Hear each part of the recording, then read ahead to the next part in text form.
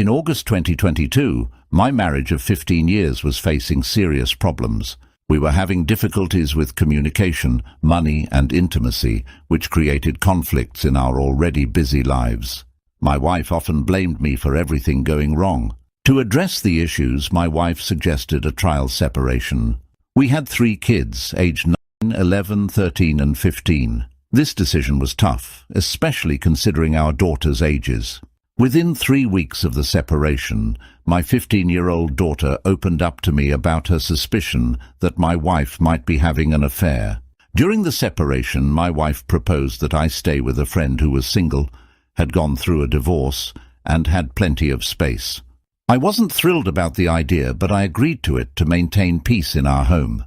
We had been arguing a lot, and I didn't want my children to experience the kind of troubled household I grew up in, where my parents fought constantly. My 13 and 15-year-old daughters were also not happy about the separation. They didn't want us to split up, especially because I was their favorite parent. Despite their reluctance, I convinced them that the separation would be temporary, hoping it would help restore harmony in our family. Our financial struggles have been a long-standing issue in our marriage. We got married at a young age and lacked advanced skills, which made it challenging for us to make ends meet. The house we lived in was inherited from my grandparents. Initially, I hoped that the trial separation would make my wife realize how much she and the kids missed me, and that she would eventually ask me to come back. However, in the first few weeks of being away from home, she would frequently call me, not for emotional support or physical intimacy, but to fix things around the house. It seemed like I was just the handyman, the person who dealt with household issues and disciplined the kids when she couldn't handle them. I was fulfilling the role of a father, but not that of a husband. I began suspecting that she might be having an affair, especially because our bedroom had been lifeless for a while. When we were intimate, I was always the one initiating, and she seemed unwilling to participate fully. Then, 3 weeks after I left the house, during a phone conversation with my 15-year-old daughter, she dropped a bombshell. She confided in me, expressing her suspicion that my wife, her mom, might be seeing someone else. This revelation added another layer of complexity to the already challenging situation.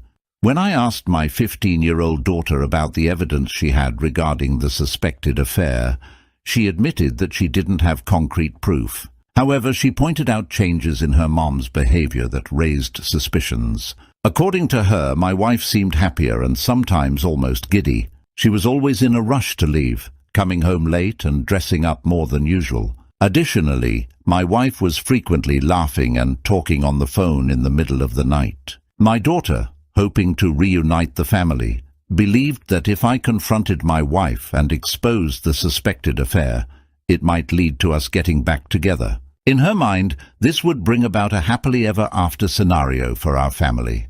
This conversation with my daughter raised numerous red flags for me. While I had suspected that something might be going on, my wife had done a good job of hiding it. Now, with these changes becoming more evident, it seemed like the trial separation was just a cover, giving her more freedom to engage in questionable behavior. It's fascinating how over 15 years you can become more trusting and let your guard down with someone. I knew that my wife worked for a distribution company, and most of the men she dealt with were older 18-wheeler drivers. Given that she was one of the few women at her workplace and very attractive, she naturally attracted attention.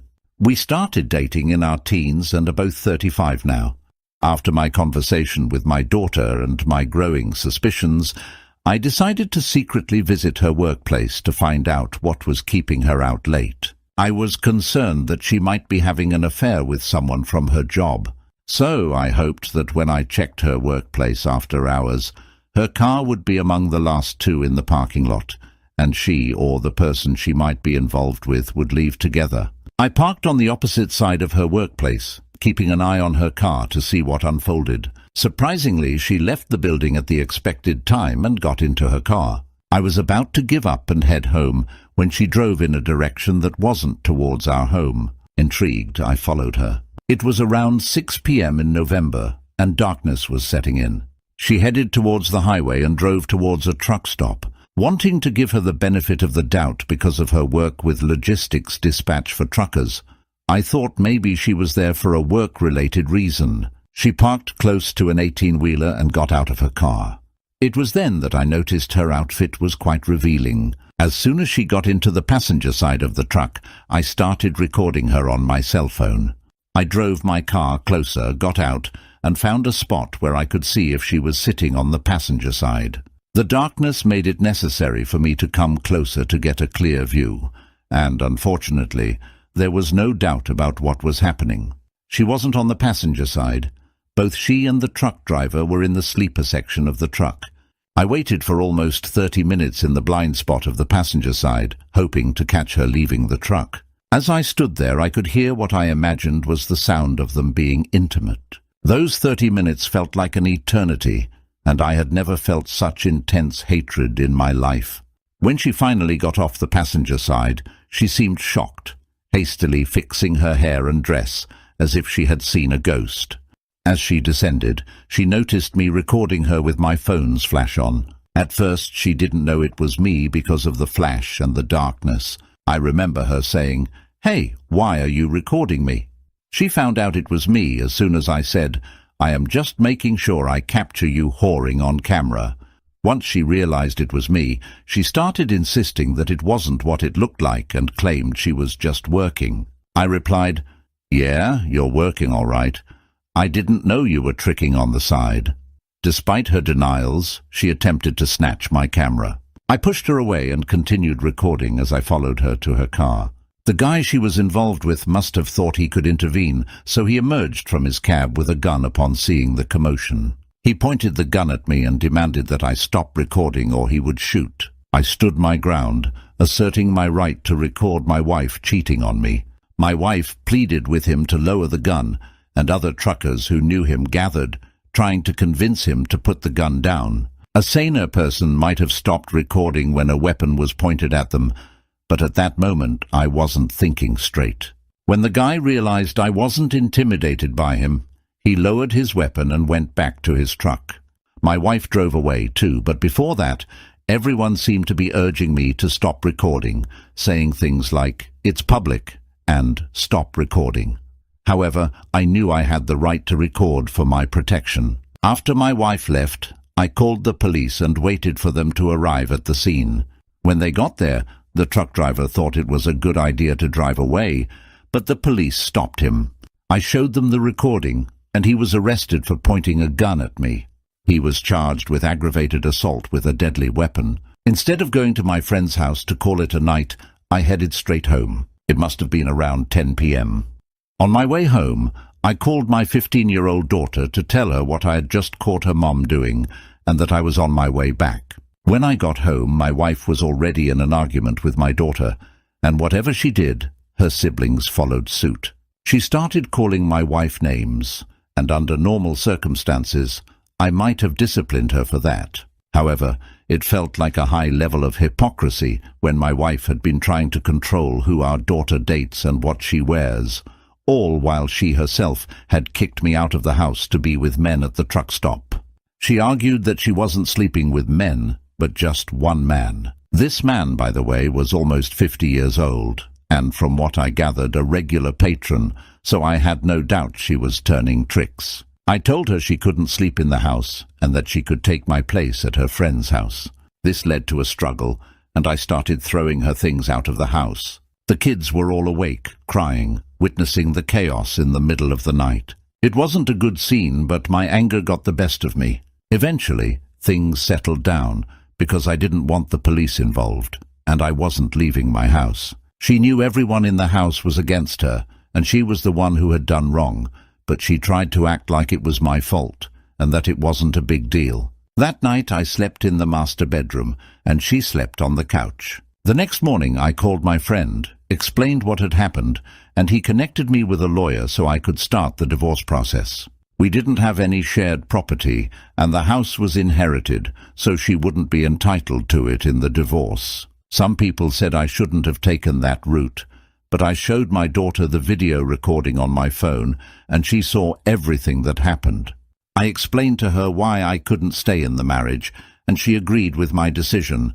I didn't want to jeopardize her job by reporting her actions, as I knew it would add a financial burden on me during the divorce. When she found out that I had filed for divorce, she suddenly wanted to work on the marriage.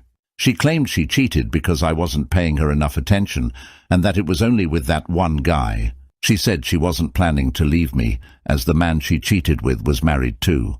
According to her, he had been pursuing her for months, buying her things, and she eventually gave in but regretted her actions. Despite her attempts to reconcile, I saw no reason to continue the marriage. Trying to get her to communicate had become challenging while she was willing to give up the marriage at the truck stop. We argued and fought constantly, and the trust in our relationship had been irreparably damaged. It seemed like a good idea for me to have the house to myself with my kids, especially since I got along better with them than with her. She could continue doing what she does at the truck stop. During the divorce proceedings, she claimed that I had influenced the kids against her, saying they all wanted to live with me and didn't want to stay with her. With a house and appearing as the more stable parent, the kids strongly expressed their desire to live with me. Consequently, I was granted full custody, and she had to pay me child support. As for the truck driver, he faced serious consequences. He was charged with a Class A misdemeanor for his actions. The truck driver, who drove a fleet truck for another company, faced serious consequences. When his employer found out about the arrest, he got fired from his job. I considered showing the video to his wife, but I had second thoughts. I didn't want to push a man too far, especially someone foolish enough to point a gun at someone in public when caught with his wife. Even though I posed no threat to him, I decided against it. Although the divorce wouldn't be finalized for the next few months, I already had my kids with me. Meanwhile, my soon-to-be ex-wife started living in a studio apartment close